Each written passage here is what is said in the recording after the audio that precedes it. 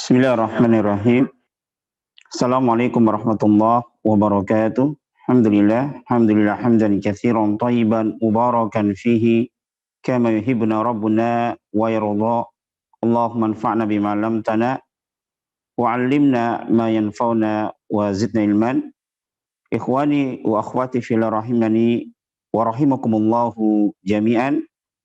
Seperti biasanya selalu di awal pertemuan kita, kajian-kajian kita berdoa kepada Allah Ta'ala dengan seluruh nama-namanya yang husna dan sifat-sifatnya yang ulia. Semoga Allah Ta'ala selalu memberikan kita taufik untuk dapat mengamalkan tauhid, mentahqiq tauhid, yaitu dengan membersihkan diri kita dari kotoran-kotoran kesyirikan, baik besar maupun yang kecil, kotoran-kotoran bid'ah dan maksiat, yang dengannya Allah Ta'ala akan masukkan diri kita ke dalam surganya tanpa hisab dan tanpa adab. Kita lanjutkan kajian kita membahas kitab At-Tauhid yang ditulis oleh Syekh Muhammad At-Tamimi, yang pada pertemuan yang telah lalu kita telah membahas atau sampai membahas bab yang ke-24, itu bab yang berbicara tentang sihir. Poin yang terakhir dari beberapa poin yang kita ingin jelaskan di bab ini itu tentang hikmah dari pengharaman sihir. Sebagaimana sudah kita jelaskan pada pertemuan yang telah lalu, bahwasanya Islam mengharamkan sihir, di antara hikmahnya sebagaimana dijelaskan oleh para ulama, ada dua hikmah yang sangat besar yang menyebabkan haramnya sihir.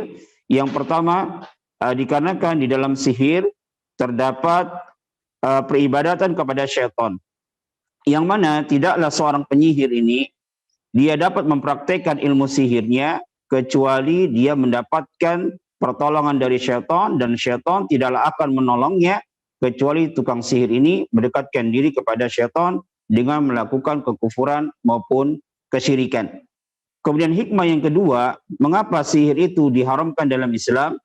Karena di dalam sihir ini terdapat kerusakan yang sangat besar yang bagi masyarakat, sehingga sering kita dengar dengan sebab sihir banyak seseorang yang dia sakit, bahkan terbunuh, terpisahnya pasangan suami dan istri, dan sebab permusuhan dan kebencian di tengah-tengah masyarakat. Kemudian poin yang kelima yaitu hukum mempelajari ilmu sihir. Sebagaimana dijelaskan oleh Syekh Al-Utsaimin dalam kitab At-Tamhid, beliau menjelaskan bahwasanya mempelajari ilmu sihir ini memiliki 3 tingkatan. Yang pertama, seseorang yang dia belajar sihir sekedar teorinya saja, nadhariyan, tapi dia tidak mempraktikkan ilmu sihir yang dia miliki.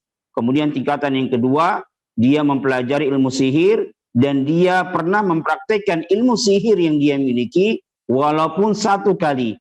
Kemudian poin yang ketiga, tingkatan yang ketiga adalah martabah as-sahir, yaitu dia mempelajari sihir dan dia mengamalkan atau sering mempraktikkan ilmu sihir yang dia miliki. Maka hukum ketiga maratib ini sudah kita jelaskan pada pertemuan yang telah lalu, sebagaimana yang dijelaskan oleh Syekh Al-Utsaimin dalam kitabnya Tamhid. Hukum ketiganya adalah kufur. Kenapa?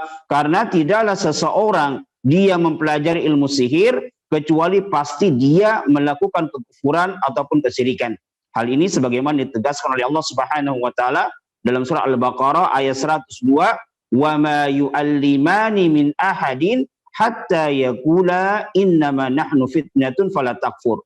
Dan tidaklah keduanya, yaitu Harut dan Marut, mengajarkan sihir pada seorang pun hingga keduanya berkata, "Innama nahnu fitnah." Sesungguhnya kami adalah ujian, fala takfur, maka janganlah kamu kufur, yakni dengan sebab kamu mempelajari sihir. Dari ayat yang mulia ini menunjukkan bahwasanya belajar sihir walaupun dia tidak pernah mempraktikkan, maka hukumnya adalah kufur.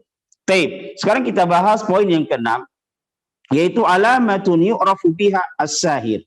Alamat-alamat yang dengannya diketahui seorang penyihir. Dalam kitab At-Tauhid Al-Muyassar dikatakan dalam kitab tersebut, "Idza wajadata alamatan wahidatan min hadhil alamati fi ahadil mu'allijina fa huwa sahirun bila adna syakin." Jika engkau dapatkan satu alamat saja dari alamat-alamat di bawah ini pada diri seseorang yang dia mengaku seorang tabib. Ya, dia mengaku seorang tabib yang bisa mengobati penyakit ini atau penyakit itu. Dia mengaku seorang tabib atau pengobatan alternatif yang lainnya, ternyata tidak dapatkan salah satu dari alamat-alamat yang kita sebutkan ada pada diri orang tersebut, maka ketahuilah fahuwa sahirun, maka dia adalah seorang penyihir bila adana syakin, tanpa diragukan lagi. Dalam kitab tersebut, ciri yang pertama yaitu bertanya kepada al-marid, bertanya kepada pasiennya, anismihi wasmi ummihi. Bertanya kepada pasiennya, siapakah namanya dan siapakah nama ibunya. Jadi apabila kita dapatkan ada seorang tabib atau suatu pengobatan alternatif, kemudian kita pergi ke sana untuk berobat, atau mungkin saudara kita, atau mungkin tetangga kita, mereka berobat ke sana, kemudian ditanya, siapakah namanya dan siapa nama ibunya. Kalau tabib tersebut bertanya kepada pasiennya dengan pertanyaan seperti ini, ketahuilah itu termasuk dari alamat tanda-tanda bahwasanya dia adalah seorang penyihir. Mengapa ini dikatakan sebagai ciri atau alamat dari penyihir? Wallahu alam, itulah dari kitab yang Anda baca. Akan tetapi sedikit pengalaman yang Anda alami sendiri, ya, tatkala saya mengisi sebuah kajian di masyarakat, tatkala saya menjelaskan pada saat itu membahas tentang kitab Nawaqidul Islam sampai pada pembatal yang ketujuh yaitu masalah sihir, saya jelaskan di sini alamat-alamat penyihir. Kemudian setelah kajian ada seorang bapak yang dia mendekati saya dan dia bercerita, dia mengatakan apa yang Ustaz katakan tadi tentang ciri-ciri penyihir benar. Ada 3 minimal yang tadi Ustaz jelaskan yang ada pada seorang penyihir yang ada di kampung saya. Salah satunya, ya, dia mengatakan ini seorang mbah-mbah yang biasa kalau ada orang sakit datang ke mbah-mbah ini. Biasanya mbah ini bertanya apa? Bertanya kepada orang yang datang ke situ untuk berobat, siapakah namanya dan siapakah nama ibunya. Dan pernah juga suatu kejadian, tatkala saya belum mengenal manhaj salaf, saya memiliki seorang tetangga yang dia disihir oleh seseorang, kemudian keluarganya mendatangkan orang pintar, di situ kami dikumpulkan. Nah, kemudian orang pintar ini memimpin acara ruqyah pada saat itu, ruqyah bareng-bareng, dan pada saat itu mengirim Al-Fatihah, ya, mengirim surah Al-Fatihah, dan tatkala mengirim surah Al-Fatihah untuk pasien tersebut, ya, pasien tersebut disandarkan kepada ibunya. Ya, Al-Fatihah ila fulan binti fulanah. Bukan bin fulana, tapi disandarkan kepada ibunya, bin fulana. Ya, pasiennya ini, orang yang sakit ini laki-laki, kemudian dia disandarkan kepada ibunya, bukan kepada bapaknya. Mungkin itu salah satu ciri bahwasanya orang tersebut adalah seorang penyihir.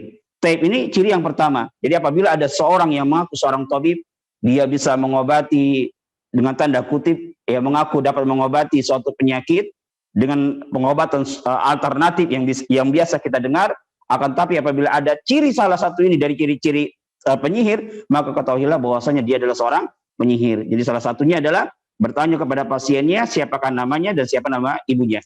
Kemudian yang kedua adalah ya'khudhu atharan min asaril marid. Itu mengambil asar dari asar-asar orang yang sakit, sesuatu yang dipakai oleh pasiennya atau mungkin sesuatu yang dipakai oleh calon korbannya kalau seorang penyihir tersebut ingin menyakiti seseorang, seperti bajunya, kemejanya, atau mungkin sisirnya, atau mungkin rambutnya, ataupun yang semisalnya dari sesuatu benda-benda yang terpisah dari orang yang pasien tersebut atau orang yang ingin dia sihir. Ini salah satu dari ciri-ciri penyihir. Jadi apabila ada seseorang yang dia berobat kepada orang yang bisa mengobati pengobatan alternatif, kemudian dia meminta sesuatu pada diri kita, mungkin dia minta baju kita, mungkin dia minta sisir kita, ataupun yang semisalnya dari sesuatu yang pernah kita gunakan, berarti menunjukkan tanpa diragukan lagi orang ini adalah seorang penyihir. Kemudian yang ketiga adalah kitabatut talasim, menulis jimat-jimat atau menulis mantra-mantra dengan tulisan-tulisan yang biasanya tidak kita pahami maknanya dengan huruf-huruf tertentu atau dengan angka-angka tertentu. Kemudian yang kedua ada yang selanjutnya adalah tilawatul azaim wa talasim ghairul mafhumah. Membaca jampi-jampi atau mantra-mantra yang tidak dipahami maknanya. Dia membaca jampi-jampi atau mantra-mantra yang tidak dipahami maknanya. Bahkan orang yang membaca itu sendiri pun dia tidak tahu maknanya. Dan ini pun saya pernah peristiwa kejadian pribadi tatkala anak saya yang umur saat itu dia belum sampai SD, masih TK, punya penyakit sering ngompol. Kemudian ada seorang pedagang pada saat itu yang biasa keliling di tempat saya, yang dia jualan bubur, ya. Saya cerita kepada bapak ini, dan bapak ini mengaku bisa apa? Bisa menyembuhkan, mengobati dengan cara dipijit. Kemudian saya minta alamatnya, saya datang ke tempatnya. Pada awalnya dipijit biasa. Tapi di akhir-akhir itu bagian perut dari anak saya itu dipijit, kemudian dia tekan, kemudian setelah itu dia baca sesuatu, kemudian disemburkan. Oh, pada saat itu saya sangat kaget saya. Kemudian saya tanya, Bapak baca apa? Pokoknya rahasia tadi ya. Bahasa Arab atau bahasa apa? Kata dia ngakunya bahasa Arab. Coba Pak diucapkan kembali, mungkin saya tahu artinya. Tapi Bapak ini malah mengatakan kalau Mas ingin tahu ya Mas juga harus belajar sama guru saya, katanya seperti itu. Setelah itu saya tidak mau kembali ke tempat itu. Saya khawatir dia itu termasuk dari penyihir yang membaca mantra-mantra yang dia sendiri tidak tahu maknanya. Dan saya tanya, Bapak tahu nggak maknanya? Dia nggak tahu. Saya minta ulang sekali lagi untuk mengucapkan. Siapa tahu saya tahu artinya. Saya bilang seperti itu, maka dia pun tidak mau. Katanya ini rahasia ya dari gurunya. Taib. Kemudian yang kelima, ahyanan, terkadang orang ini, tabib ini meminta hewan dengan sifat yang tertentu. Ya, meminta hewan dengan sifat tertentu, biasanya seperti ayam cemani, ya ayam yang semuanya serba hitam, bulunya hitam, kulitnya hitam, dagingnya hitam, bahkan darahnya hitam. Ya, dia meminta apa hewan ini? Ini untuk disembelih. Ya, untuk menyembelih hewan tersebut, dan tatkala disembelih tidak menyebut nama Allah Subhanahu wa taala. Dan terkadang darah dari hewan tersebut dilumuri pada tempat-tempat yang sakit yang ada pada pasiennya. Kemudian sembelihannya dilempar di tempat yang berlubang. Ya, di tempat yang berlubang. Jadi di antara ciri-ciri penyihir pada diri seorang tabib, yang mana terkadang dia meminta hewan tertentu dengan sifat tertentu, seperti ayam cemani ataupun yang semisalnya, nanti disembelih. Dan tatkala disembelih tanpa menyebut nama Allah, kemudian darahnya terkadang diusapkan ya pada pasiennya di tempat-tempat yang sakit. Kemudian sembelihannya dilempar ke tempat yang berlubang.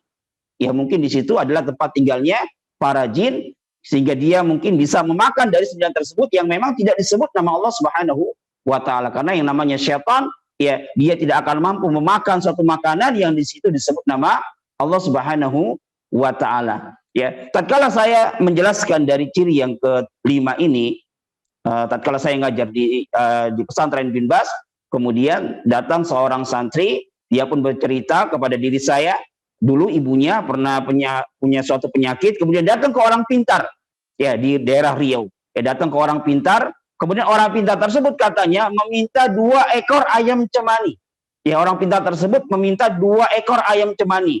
Setelah itu ibunya tidak mau datang kembali. Nah, karena ini menunjukkan akan ciri-ciri dari seorang penyihir yang dia meminta hewan tertentu dengan sifat yang tertentu. Kemudian yang kelima atau yang keenam, yaitu i'ta'ul marid hijaban yahtawi alal murabba'at bidakhiliha huruf au arqam. Ini memberikan kepada pasiennya sebuah jimat, sebuah tirai, sebuah kain yang bentuknya persegi 4, ya. Jimat mungkin dari kain ataupun yang semisalnya yang bentuknya persegi 4, dan di dalamnya bidakhiliha hurufun au arqamun. Di dalamnya ada huruf-huruf dan angka-angka, ya huruf-huruf abjad, alif, ba, ta dan seterusnya yang kita pun tidak memahami maknanya. Dan kemungkinan besar dari huruf-huruf tersebut di dalamnya ada unsur meminta tolong kepada syaitan, ya. Seperti yang pernah saya dengarkan suatu kajian seorang ustadz di Radio Roja, ya seperti perkataan yang sering kita dengarkan dari seorang penyihir, ya Bim Salabim, ya, tentang Bim Salabim. Itu dikhawatirkan, ya Bim Salabim ini adalah nama syaitan yang dia sebutkan tersebut dalam rangka meminta tolong kepada setan tersebut. Jadi sebaiknya ya walaupun hanya sekedar bercanda misalnya, tidak jauhilah perkataan-perkataannya yang seperti itu. Kemudian yang ketujuh adalah dia yutamtimu bikalamin ghairi mafhum, yaitu dia berbicara yang tidak jelas, atau dia mulutnya berkomat-kamit mengucapkan sesuatu yang tidak jelas. Ya, mulutnya berkomat-kamit berbicara dengan sesuatu yang tidak jelas, ya, yang dia mengucapkan sesuatu yang tidak dipahami. Kemudian di antara ciri dari penyihir adalah memberikan kepada pasiennya aurakan, kertas-kertas untuk dibakar dan dia berasap dengan kertas tersebut. Jadi pasiennya diberikan sebuah kertas yang mungkin bertuliskan mantra-mantra atau jampi-jampi, kemudian memerintahkan kepada pasiennya untuk membakar kertas tersebut, ya, kemudian dia berasap ya dengan kertas yang diberikan oleh orang yang mengaku tabib tersebut. Kemudian yang terakhir adalah memberikan kepada pasiennya sesuatu untuk dipendam di dalam tanah. Ya, ini apabila ada salah satu ciri atau tanda saja dari tanda-tanda yang kita sebutkan di sini pada diri seorang yang mengaku seorang tabib, maka ketahuilah bahwasanya dia adalah seorang penyihir bila adana syakin, tanpa diragukan lagi. Baik, kita masuk pada poin yang selanjutnya, yaitu hukuman bagi seorang penyihir. Hukuman bagi seorang penyihir dari dalil-dalil yang dibawakan oleh Syekh Muhammad At-Tamimi, di antara dalil yang dibawakan oleh beliau adalah dari sahabat yang mulia an Jundubin marfu'an, dari Jundub secara marfu, itu sampai kepada Rasulullah Shallallahu Alaihi Wasallam. Walaupun di sini para ulama khilaf tentang apa yang disampaikan oleh Jundub ini, apakah ini mauquf? Ya, mauquf ini artinya adalah perkataan seorang sahabat tidak sampai kepada Rasulullah Shallallahu Alaihi Wasallam, ataukah marfu? Di sini Syekh Muhammad At-Tamimi menghukumi perkataan Jundub ini adalah marfu'an, berarti sampai kepada Rasulullah Sallallahu Alaihi Wasallam. An Jundubin marfu'an, dari sahabat Jundub secara marfu, Rasulullah Sallallahu Alaihi Wasallam bersabda, haddus sahiri darbatun bisayfi. Hukuman had pada seorang penyihir adalah dipukul dengan pedang. Maksudnya adalah dipenggal kepalanya. Hadis ini diriwayatkan oleh Imam Tirmidzi dan beliau mengatakan as-sahihu annahu mauqufun. Ya, beliau mengatakan ini sahih, bahwasanya ini termasuk dari yang mauquf, kata beliau. Ini diantara dalil yang dibawakan oleh Syekh Muhammad At-Tamimi. Nanti insya Allah kita akan simpulkan tentang hukuman bagi seorang penyihir, tapi terlebih dahulu di sini kita bawakan dalil-dalil yang dibawakan oleh Syekh Muhammad At-Tamimi. Kemudian dalil yang kedua, wa fi sahih al-Bukhari an Bajalah ibni Abdah qala, di dalam sahih Bukhari an Bajalah dari Bajalah bin Abdah qala, beliau berkata, kata Umar ibn Khattab, Umar bin Khattab menulis suatu keputusan atau suatu peraturan, ani ketulu kulla sahirin wa sahiratin, bunuhlah setiap penyihir, baik laki-laki maupun perempuan. Qala, maka berkata Bajalah, faqatalna salasa sawahir, maka kami telah membunuh 3 orang penyihir. Ini dalil yang kedua yang dibawakan oleh Syekh Muhammad At-Tamimi yang menunjukkan hukuman bagi seorang penyihir, yaitu dibunuh atas perintah dari Umar bin Khattab.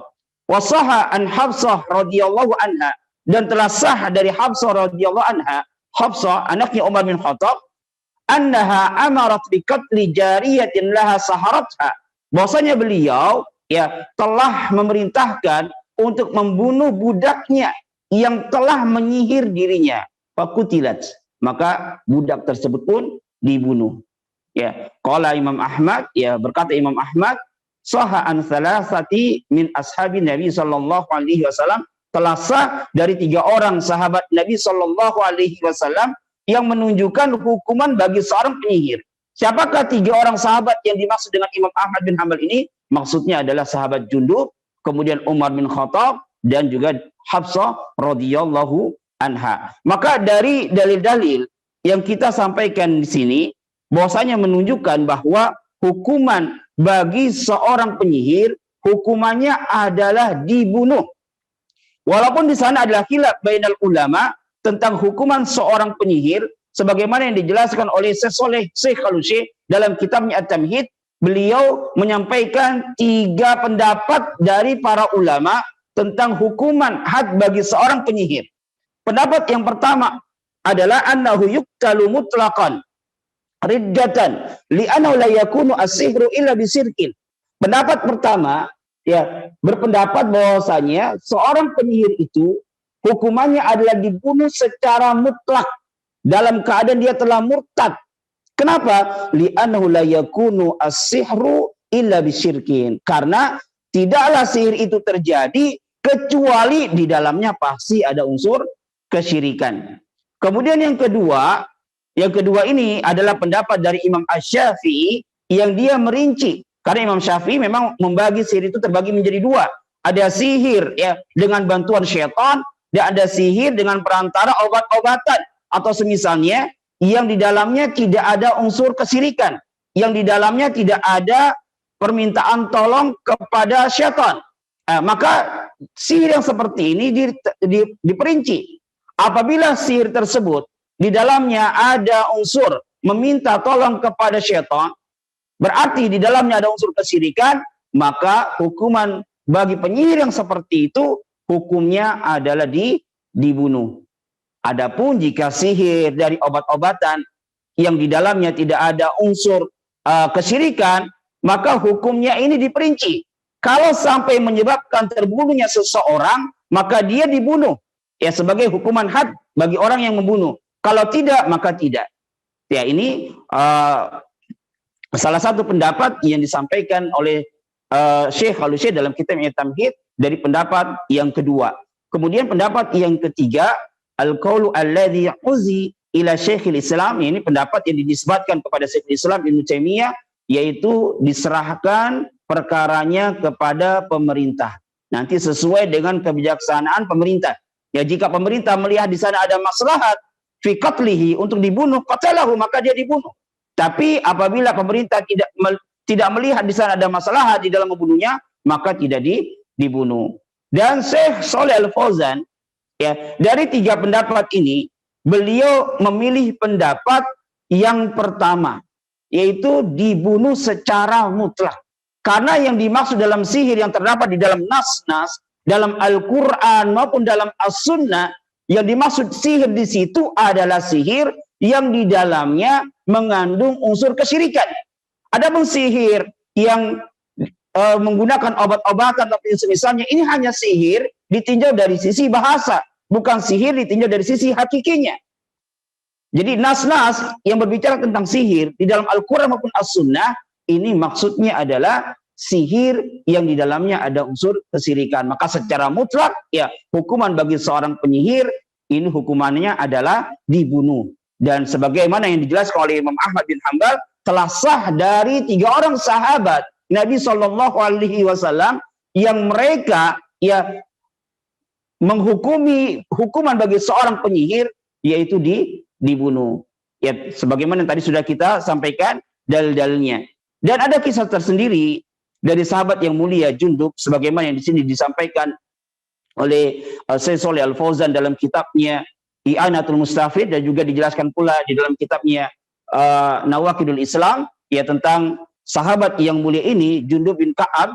Ya, beliau tatkala melihat ada seorang penyihir yang mempraktekkan sihirnya di depan seorang khalifah, dan tentunya di tengah-tengah banyak orang pada saat itu, yang penyihir ini dia menampakkan kepada manusia pada saat itu annahu yaqtulu ar-rajula, dia membunuh seorang laki-laki, thumma yuhihu, kemudian dia menghidupkannya.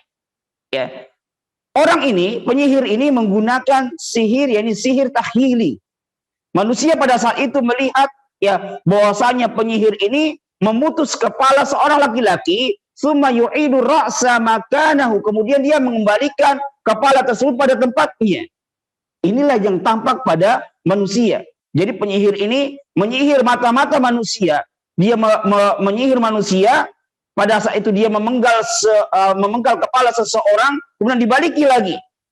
Maka faja'a Jundub bin Ka'ab radhiyallahu anhu, maka pada saat itu datanglah Jundub bin Ka'ab ya dalam keadaan mukhfiyan as-sayf, dia menyembunyikan pedangnya. Falamma wasalahu, maka tatkala ya sahabat yang mulia ini sampai di dekat seorang laki-laki tersebut yang mempraktikkan ilmu sihir, qata'a ra'sahu, maka Jundub pun memenggal kepalanya. Wa qala, dan Jundub berkata, in kana shadiqan falyuhyi nafsahu, jika dia adalah orang yang benar, yang jujur, ya maka hendaklah dia menghidupkan dirinya sendiri. Ya, ini amalan dari seorang sahabat yang menghukumi seorang penyihir, yaitu hukumannya adalah dibunuh. Bahkan di sini Syekh Shalih Al-Fauzan menjelaskan hatta walaupun seorang penyihir tersebut dia telah bertobat. Apabila ada seorang penyihir kemudian dia ditangkap oleh pemerintahan yang sah, maka walaupun dia menampakkan tobatnya, maka hukuman hadnya tetap dia harus dibunuh. Adapun benar dan tidak tobatnya, maka ini bainahu wa bainallah, antara dia dengan Allah Subhanahu wa taala. Adapun hukuman had bagi seorang penyihir, baik dia tobat atau tidak tobat, maka hukumannya tetap dibunuh, karena kerusakan yang besar yang ditimbulkan oleh seorang penyihir. Biar manusia jera, tidak mau untuk mempelajari sihir. Kenapa? Karena hukumannya adalah dibunuh. Tapi ini poin yang ketujuh, yaitu hukuman bagi seorang penyihir, yang intinya adalah hukuman bagi seorang penyihir adalah dibunuh. Tapi poin yang selanjutnya, min subuli al-wiqayati minas sihri, di antara cara membentengi diri dari sihir. Ini suatu perkara yang sangat penting bagi kita, apalagi kita seorang dai yang mungkin kita berdakwah, kemudian di sana ada orang-orang yang tidak senang dengan diri kita. Mungkin ada saja orang-orang yang berusaha untuk menyakiti diri kita dengan cara disihir. Maka sangat penting bagi kita ini menjaga diri kita dan keluarga kita dari pengaruh-pengaruh sihir. Dijelaskan oleh para ulama sebagaimana yang Anda dapatkan dalam kitab Muqarrar As-Saudi yang diajarkan di kitab di kitab kalau di tempat kita adalah tingkatan SMP, ya. Di sana dijelaskan di antara cara di dalam membentengi diri kita dari sihir, yang pertama adalah salatul fajri fi jamaah. Salat subuh secara berjamaah. Salat subuh secara berjamaah ini di antara faedah dari amalan tersebut adalah bisa membentengi diri kita dari sihir. Kemudian yang kedua adalah aklus sab'i tamrat min tamril ujwah, memakan 7 butir ya kurma dari kurma ujwah ala riki sobahan, ya pada pagi hari, ya berdasarkan sabda Rasulullah sallallahu alaihi wasallam, man tasabbaha bis sab'i tamran ujwah lam yadurruhu samun wala sihron. Barang siapa yang pada pagi harinya dia memakan 7 butir kurma ajwa, maka pada hari itu ya racun dan sihir tidak akan memudaratkannya. Lam yadurruhu dzalikal yaum samun wala sihrun. Maka pada hari itu racun dan sihir tidak akan memudaratkannya. Kemudian yang ketiga adalah membentengi diri kita dengan wirid-wirid yang syar'i. Ya seperti wirid-wirid yang biasa kita baca pada pagi dan petang. Di antaranya adalah membaca surat Al-Mu'awwidzat ya 3 kali pada pagi dan petang dan tatkala tidur. Ya surat Al-Falaq dan surat An-Nas 3 kali kita baca pada pagi dan petang. Pagi setelah kita sholat subuh, petang setelah kita sholat asar, dan tatkala kita tidur. Kemudian membaca ayat kursi pada pagi dan petang. Kemudian membaca 2 ayat terakhir dari surat Al-Baqarah. Ya sebagaimana sabda Rasulullah sallallahu alaihi wasallam, man qara'a bil ayataini min akhir suratil Baqarah fi lailatin kafatahu. Barang siapa yang dia membaca 2 ayat dari akhir surat Al-Baqarah pada malam hari, maka dengan izin Allah surat tersebut akan menjaganya. Kemudian membaca zikir-zikir yang syar'i yang insya Allah kita amalkan tatkala kita baca zikir pagi dan petang. Oleh karena itulah bagi kita yang belum mengamalkan zikir pagi dan petang, hendaklah kita mengamalkan zikir pagi dan petang. Baik, kita masuk pada poin yang ke-9, yaitu penjelasan dalil yang menunjukkan akan haramnya sihir. Di sini Syekh Muhammad At-Tamimi membawakan beberapa dalil yang menunjukkan akan haramnya sihir, dan tadi sudah kita bacakan beberapa dalil ya tentang hukuman bagi penyihir. Tapi kita lihat dalil yang pertama yang dibawakan oleh Syekh Muhammad At-Tamimi yang menunjukkan akan haramnya sihir. Ya, beliau berdalil dengan firman Allah Subhanahu wa taala itu dalam surat Al-Baqarah ayat 102 ya. Surat Al-Baqarah yang mana dalam surat tersebut Allah Subhanahu wa taala menjelaskan tentang hukum sihir, baik secara zatnya ataupun hukum bagi orang yang mempelajari ilmu sihir ataupun hukum bagi orang yang mengajarkan sihir. Sebagaimana dijelaskan oleh Syekh Shalih Al-Fauzan dalam kitabnya I'anatul Mustafid, beliau di sini menyampaikan dalil surat Al-Baqarah ayat 102 sampai 103.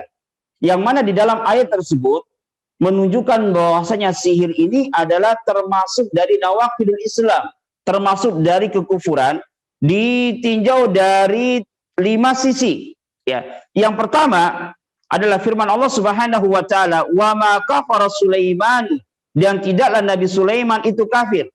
Sebelumnya kita baca dari awal ayat ini yang mana Allah Subhanahu wa taala berfirman, "Wattaba'u ma tatlu syayatinu ala mulki Sulaiman wa ma kafara Sulaimanu wattaba'u," dan mereka yaitu orang-orang Yahudi ya mengikuti apa-apa yang dibaca oleh syaitan atas kerajaan Nabi Sulaiman. Apakah asbabun nuzul dari ayat yang mulia ini? Asbabun nuzul dari ayat yang mulia ini, tatkala Nabi Sulaiman meninggal dunia, maka syaitan datang. Ya, syaitan datang kepada orang-orang Yahudi, waqalat, dan syaitan ini berkata, "Inna Sulaimana mastata'a ya taskhira syayatin illa bisihri." Sulaiman itu tidaklah mungkin mampu untuk menunduki ya para syaitan kecuali dengan sihir. Fahuwa yastaqdimu al-jin wa syayatin bisihri alladhi ya'maluhu. Sesungguhnya Nabi Sulaiman itu meminta bantuan kepada jin dan kepada syaitan dengan sihirnya untuk melakukan apa yang dia lakukan. Jadi para syaitan ini mereka membuat kedustaan tentang Nabi Sulaiman. Jadi tatkala Nabi Sulaiman meninggal dunia, mereka membuat kedustaan, menyebarkan kepada manusia pada saat itu bahwasanya tidaklah Nabi Sulaiman itu dapat menguasai diri kami kecuali karena dia memiliki ilmu sihir. Dan manusia banyak diantaranya orang-orang Yahudi mengikuti apa yang telah dikatakan oleh syaitan. Maka Allah Subhanahu wa taala berfirman, "Wattaba'u ma tatlu syayatinu ala mulki Sulaiman." Dan mereka itu orang-orang Yahudi mengikuti apa yang telah dikatakan oleh syaitan. Apa? Yang syaitan mengatakan bahwasanya Nabi Sulaiman itu punya ilmu sihir. Maka Allah bantah.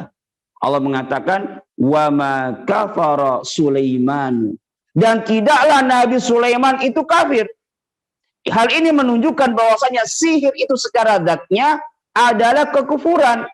Ya, karena konsekuensinya apabila Nabi Sulaiman itu memiliki ilmu sihir, berarti Nabi Sulaiman dia melakukan kekufuran. Berarti Nabi Sulaiman adalah orang yang kafir. Oleh karena itulah Allah mengatakan, "Wa ma kafara Sulaimanu." Dan tidaklah Nabi Sulaiman itu kafir dengan sebab beliau memiliki sihir. Karena tentunya para nabi ya ini maksum dari melakukan kekufuran dan kesirikan. Maka tatkala Allah mengatakan wa ma kafara Sulaiman untuk membantah prasangkaan orang-orang Yahudi yang mereka menyangka Nabi Sulaiman itu memiliki sihir sebagaimana yang dikatakan oleh para syaitan, menunjukkan bahwasanya sihir itu secara zatnya adalah merupakan kekufuran. Nah, kemudian Allah Ta'ala berfirman, walakinna syayatina kafaru. Ya, sisi yang kedua, ya, Allah Ta'ala berfirman, akan tetapi syaitan-syaitan itulah yang kafir. Kenapa mereka kafir? Mengapa Allah Subhanahu wa Ta'ala menghukumi kekafiran kepada syaitan? Alasannya, yu'allimunan nasa sihra. Karena mereka, yaitu syaitan, mengajarkan manusia ilmu sihir. Ini dalil yang menunjukkan bahwasanya mengajarkan kepada manusia ilmu sihir ini termasuk dari kesyirikan dan kekufuran. Ya. Kemudian sisi yang ketiga adalah firman Allah Subhanahu wa Ta'ala, wa ma yu'allimani min ahadin, dan tidaklah keduanya mengajarkan sihir kepada seorang pun, yakni malakaini. Di sana ada khilaf bainal ulama tentang siapakah Harut wa Marut. Ya. Ada yang mengatakan Harut dan Marut ini adalah dua malaikat. Ada yang mengatakan Harut dan Marut ini kembalinya adalah kepada syaitan. Akan tetapi dari kitab yang saya baca, Nawaqidul Islam, yang ditulis Syarah Nawaqidul Islam, yang ditulis oleh Syekh Shalih Al Fauzan ini, beliau lebih memilih pendapat bahwasanya Harut dan Marut ini adalah dua orang malaikat yang Allah utus ke muka bumi ini, yang tujuannya adalah untuk memberikan fitnah dan ujian. Oleh karena itulah, dua malaikat ini yang dengan hikmah Allah Subhanahu wa Ta'ala, ya, Allah turunkan ke muka bumi ini, dia dengan izin Allah dapat mengajarkan seseorang ilmu sihir. Tujuannya adalah untuk menguji orang ini beriman gak sama Allah Subhanahu wa Ta'ala. Oleh karena itulah, setiap ada orang yang ingin belajar kepada dua malaikat tersebut, pasti dua malaikat tersebut memberikan nasihat. Ya, sebagaimana yang nanti insyaallah kita akan jelaskan di sini.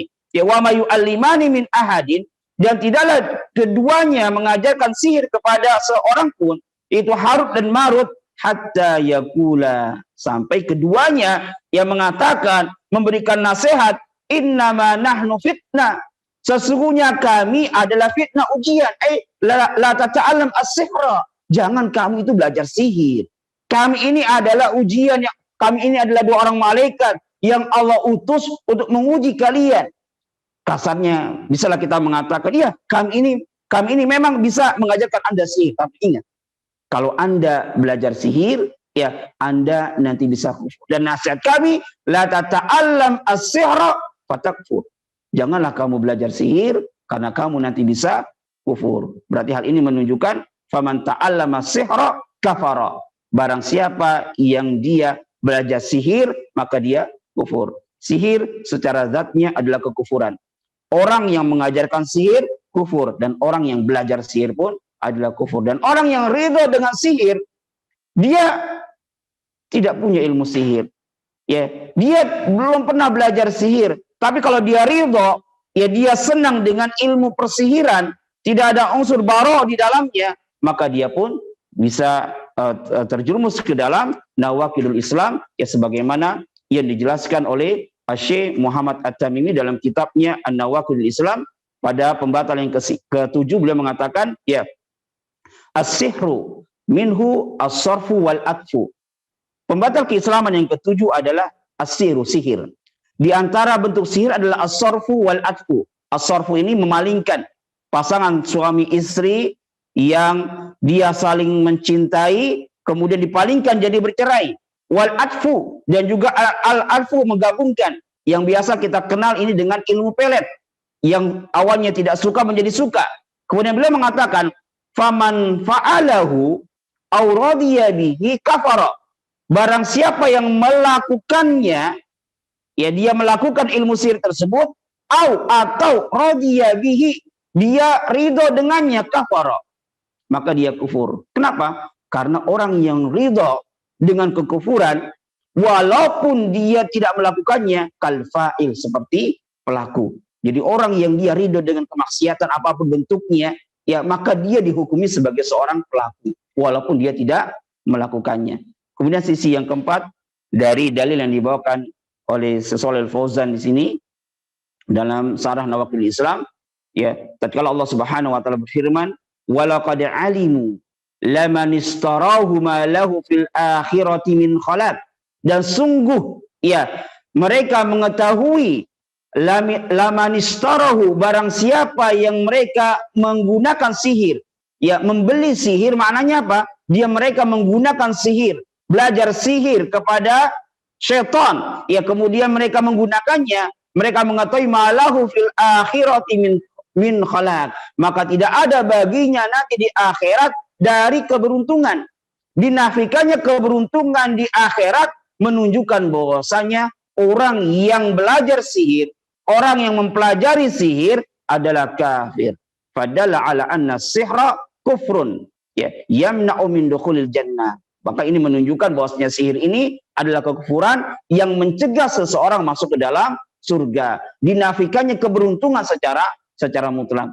Kemudian sisi yang ketiga, sisi yang terakhir adalah firman Allah Subhanahu wa taala dalam surah Al-Baqarah ayat 103, ya, walau annahum amanu wattaqau, seandainya mereka ini beriman, ya ini tidak melakukan kesyirikan, tidak melakukan ilmu sihir, dan mereka bertakwa, dari firman Allah Subhanahu wa taala, hada dalilun anna sihra yunafi al-iman wa taqwa. Hal ini menunjukkan bahwasanya sihir ini menafikan keimanan dan ketakwaan.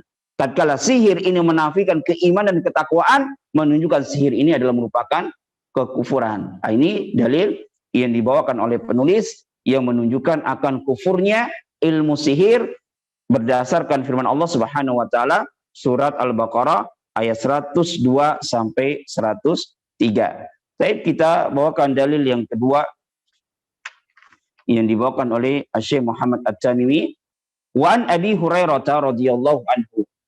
Dari Abi Hurairah radhiyallahu anhu, anna Rasulullah sallallahu alaihi wasallam qala, bahwasanya Rasulullah sallallahu alaihi wasallam bersabda, ijtanibus sab'al mubiqat, jauhilah oleh kalian 7 perkara yang membinasakan. Sabda Rasulullah sallallahu alaihi wasallam, ijtanibu ay ibta'addu, jauhilah, ya. Walafdhu istanibu, dan lafaz istanibu ini ablagu, lebih dalam maknanya, min la taf'alu, dari perkataan la taf'alu, janganlah kamu lakukan. Di sini Rasulullah sallallahu alaihi wasallam tatkala bersabda kepada para sahabat tentang 7 perkara yang membinasakan, yang harus mereka jauhi, menggunakan kalimat istanibu, tidak menggunakan kalimat la taf'alu, janganlah kalian lakukan. Kenapa? Karena istanibu, lafaz istanibu ini maknanya lebih ablaq, lebih dalam dari la taf'alu. Kalau la taf'alu, janganlah kalian lakukan, hanya sekedar meninggalkan perbuatan tersebut, selesai. Tapi karena kalau istanibu ini maknanya adalah tarku syai' wa tarku al-asbabi al-musilati ilaihi. Kalau istanibu itu bukan hanya sekedar meninggalkan sesuatu, tapi dia meninggalkan sesuatu dan meninggalkan sebab-sebab yang bisa mengantarkan kepada sesuatu tersebut. Ini makna dari istanibu. Jadi bukan hanya sekedar meninggalkan perbuatan tersebut, bukan. Tapi ya meninggalkan perbuatan tersebut dan juga meninggalkan semua wasilah-wasilah yang bisa mengantarkan kepada perbuatan yang dilarang oleh Rasulullah Shallallahu Alaihi Wasallam yang disebutkan dalam hadis ini. Istanibus sab'al mubiqat, jauhilah oleh kalian 7 perkara yang dibinasakan. Ya, baik perbuatan tersebut maupun sebab-sebab yang bisa mengantarkan kepada perbuatan tersebut. Qalu, para sahabat bertanya, ya, wa ma hunna, apakah itu? Ya. Para sahabat di sini bertanya kepada Rasulullah Shallallahu Alaihi Wasallam tentang 7 perkara yang membinasakan. Mengapa mereka bertanya? Karena tidaklah mungkin kita ini dapat menjauhi sesuatu kecuali kita mengetahui hakikat dari sesuatu tersebut. Oleh karena itulah di sini Syekh Shalih Al Fauzan memberikan suatu faedah. Fa fi hadzal dalil ala annahu yajibu al muslim ayas'ala 'anil umuri al muharramah wa ya'riful umura asyirkiyah hatta yatajannabaha. Maka hal ini ya dalil akan wajibnya atas setiap muslim untuk bertanya perkara-perkara yang haram. Wajib bagi mereka untuk mengetahui perkara-perkara syirkiyah yang syirik. Ya, karena tidak mungkin ya kita dapat meninggalkan, menjauhi perkara-perkara yang diharamkan. Dan yang terbesar adalah kesyirikan, kecuali kita mengetahui hakikat dari kesyirikan tersebut. Ya, kemudian Rasulullah Shallallahu Alaihi Wasallam pun bersabda, asyirku billah. Yang pertama dari 7 perkara yang membinasakan adalah asyirku billah. Pertama kali disebutkan oleh Rasulullah Shallallahu Alaihi Wasallam adalah syirik kepada Allah. Kenapa? Karena hadza akbarul kabair. Bahwasanya syirik ini adalah dosa besar yang paling besar. Wa a'zamul mubiqat. Kemudian perkara yang paling membinasakan. Wa azamu dzambin usyallahu bihi. Dan sebesar-besar dosa yang Allah dimaksiati dengannya. Wa a'zamu dzulmi. Dan sebesar-besar kezuliman. Jadi syirik ini adalah sebesar-besar dosa, sebesar-besar perkara yang membinasakan, sebesar-besar maksiat yang Allah dimaksiati dengannya, dan sebesar-besar kezaliman. Kenapa?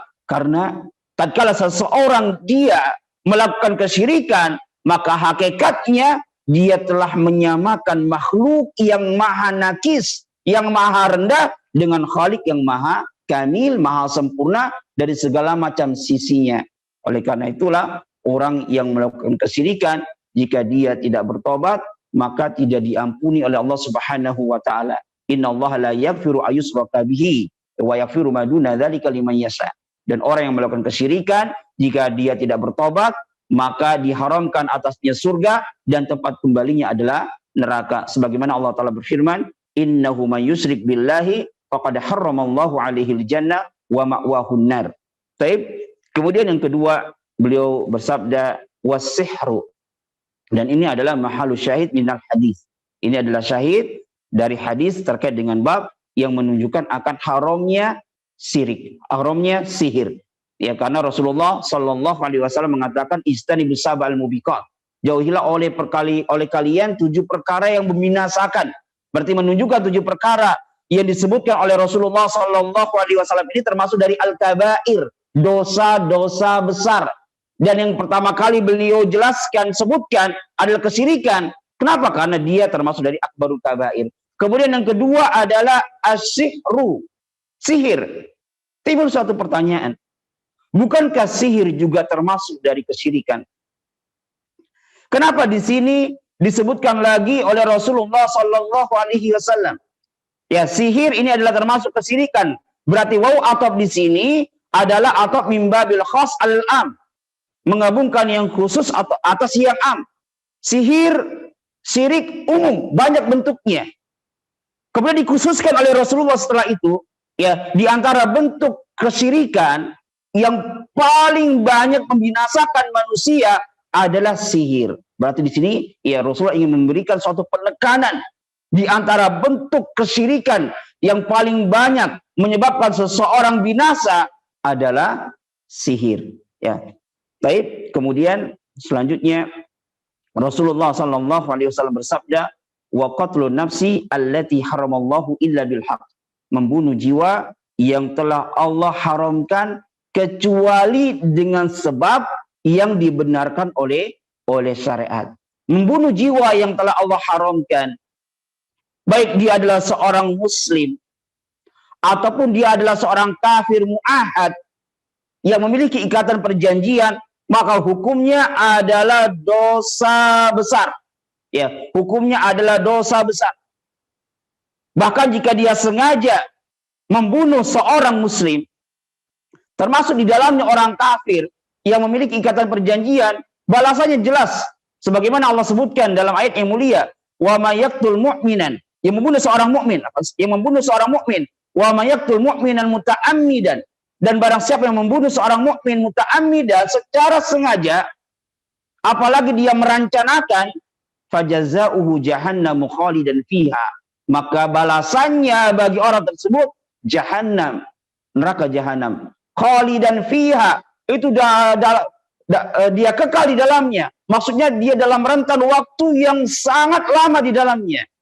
Wa ghadiballahu alaihi, dan Allah murka kepadanya, wa la'anahu, dan Allah pun melaknat orang tersebut, wa addalahu adaban aziman, dan Allah pun menyiapkan ya siksaan yang sangat keras bagi orang tersebut. Adapun ya balasan atau ancaman bagi orang yang membunuh seorang kafir mu'ahad. Sebagaimana sabda Rasulullah sallallahu alaihi wasallam, "Man qatala mu'ahadan lam yarah raihatal jannah." Barang siapa yang membunuh seorang kafir yang memiliki ikatan perjanjian, maka dia tidak akan mencium baunya surga. Jadi masuk di dalam hadis yang mulia ini, wa qatlun nafsi allati haramallah, dan membunuh jiwa yang Allah haramkan, baik dia seorang mukmin ataupun dia seorang kafir yang memiliki ikatan perjanjian. Illa bil haqqi, kecuali dengan sebab yang dibolehkan oleh syariat untuk membunuh seorang mukmin atau membunuh seorang kafir mu'ahad. Dan Nabi SAW menjelaskan dalam hadis yang lainnya, la yahillu damu mri'in muslimin illa bi ihda thalathin. Tidak halal darah seorang muslim kecuali dengan 3 sebab. Yang pertama adalah as-sayyibu zani, seseorang yang sudah menikah, dia berzina, maka hukumannya bunuh. Wa nafsu bin nafsi, seorang yang membunuh, maka hukumannya dibunuh. Wa tariku lidinihi al-mufariqu lil jamaah, meninggalkan agamanya, melepaskan diri dari jamaah, maksudnya dia adalah murtad. Ya, di awalnya Islam, kemudian dia murtad, maka hukumannya adalah dibunuh. Kemudian perkara yang selanjutnya, yang perkara membinasakan, Rasulullah bersabda, wa aklu riba, yaitu memakan harta riba. Ya, di sini Rasulullah bersabda wa aklu riba, memakan harta riba, bukan berarti ya orang yang memakannya saja. Kalau digunakan selain untuk dimakan berarti enggak termasuk. Tidak. Ya, dijelaskan di sini oleh Syekh Shalih Fauzan, maksudnya ini wa aklu riba laisa al muradu khususul akli. Bukan maksud dari sabda Rasul ini khusus bagi orang yang makan, tidak. Wa innama kullul isti'malat. Ya, ini sesungguhnya hadis Rasulullah ini adalah untuk semua riba itu digunakan untuk yang lainnya pula. Digunakan mungkin untuk dia beli baju, digunakan riba tersebut untuk membangun rumahnya atau yang lainnya.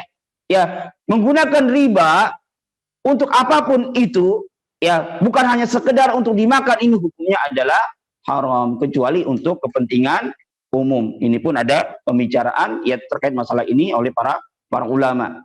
Tapi secara umum, ya, kenapa di sini Rasulullah Sallallahu Alaihi Wasallam mengkhususkan wa aklu riba? Karena memang kebanyakan ya golibnya orang memanfaatkan riba itu untuk dimakan. Tapi walaupun selain untuk dimakan, seperti mungkin untuk beli baju, untuk membangun rumahnya, maka termasuk dari perkara yang membinasakan. Kemudian sabda Rasulullah Sallallahu Alaihi Wasallam dari perkara yang membinasakan yang keenam adalah watawalli yaumaz zahfi, dan lari dari medan pertempuran, yaitu ketika berkecamuk ya pertempuran tersebut, kemudian dia lari dari medan pertempuran, maka ini termasuk dari perkara yang membinasakan dan termasuk dari dosa besar.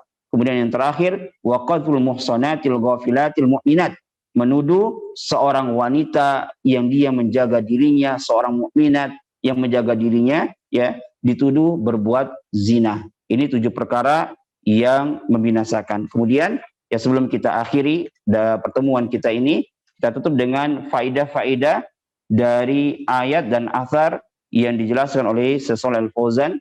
Ada beberapa faedah. Yang pertama adalah kufrus sahir.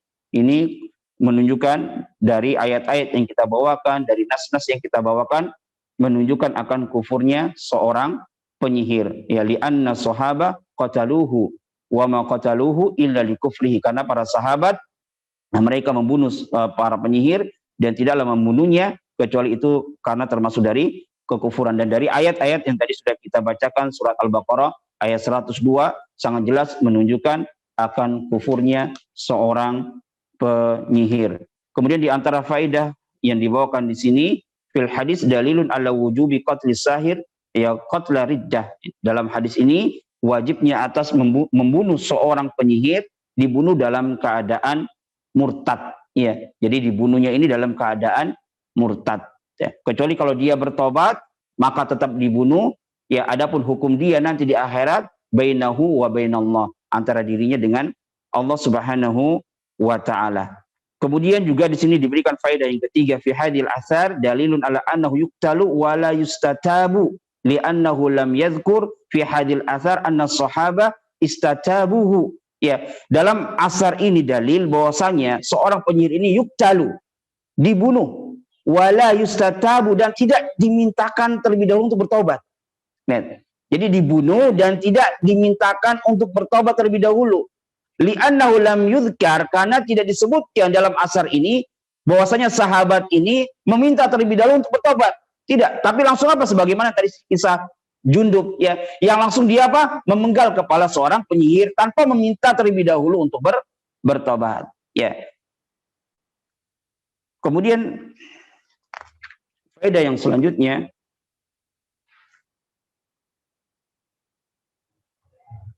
baik, kalau sudah di sini, ya, ini faedah yang ketiga yang terakhir yang disebutkan oleh Syekh Shalal Fauzan, ya, bahwasanya dari asar tersebut hukuman bagi seorang penyihir dia adalah dibunuh tanpa dimintakan tobat terlebih dahulu. Mungkin ini yang bisa saya sampaikan.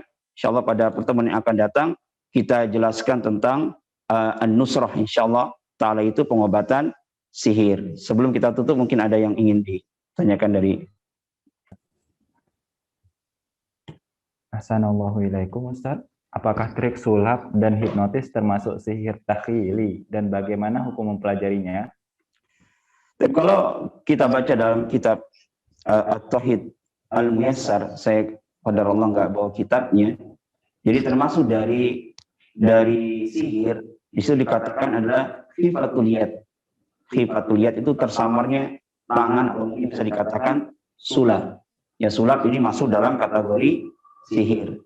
Kalau dia seandainya tidak ada unsur meminta tolong kepada syaitan, ya, maka ini sulap ini, ya, dia fasik dan termasuk dari keharaman. Dalamnya ada unsur penipuan kepada manusia.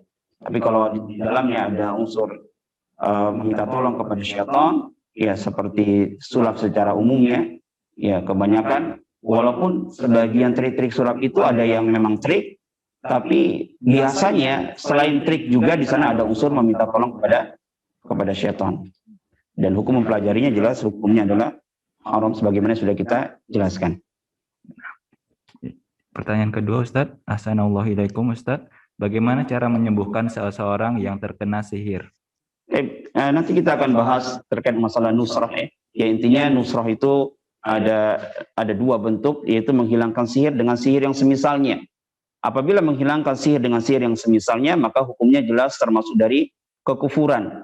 Adapun jenis yang kedua adalah nusrah yang disyariatkan, yaitu nusrah dengan cara diruqyah. Insya Allah nanti besok kita akan jelaskan bentuk nusrah dengan cara meruqyah. Nanti dibacakan ayat-ayat ruqyah, ya, diantaranya nanti surah Al-A'raf, surah Toha, ya, yang surat-surat ini adalah surat-surat yang terkait dengan sihir, ya, tatkala Nabi Musa alaihissalam melawan para penyihirnya Fir'aun. Nanti insya Allah kita akan jelaskan diantara bentuk pengobatan sihir, nanti diantaranya dengan daun bidara 7 lembar, ya, ditumbuk, kemudian dicampurkan ke dalam air, dibacakan ayat-ayat terkait masalah sihir, kemudian diminumkan 3 kali tegukan pada orang yang tersihir, kemudian sisanya nanti dipakai untuk mandi. Sebagaimana yang dijelaskan oleh Syekh Shalal Fauzan dalam kitabnya I'anatul Mustafi, insya Allah besok kita akan kembali jelaskan.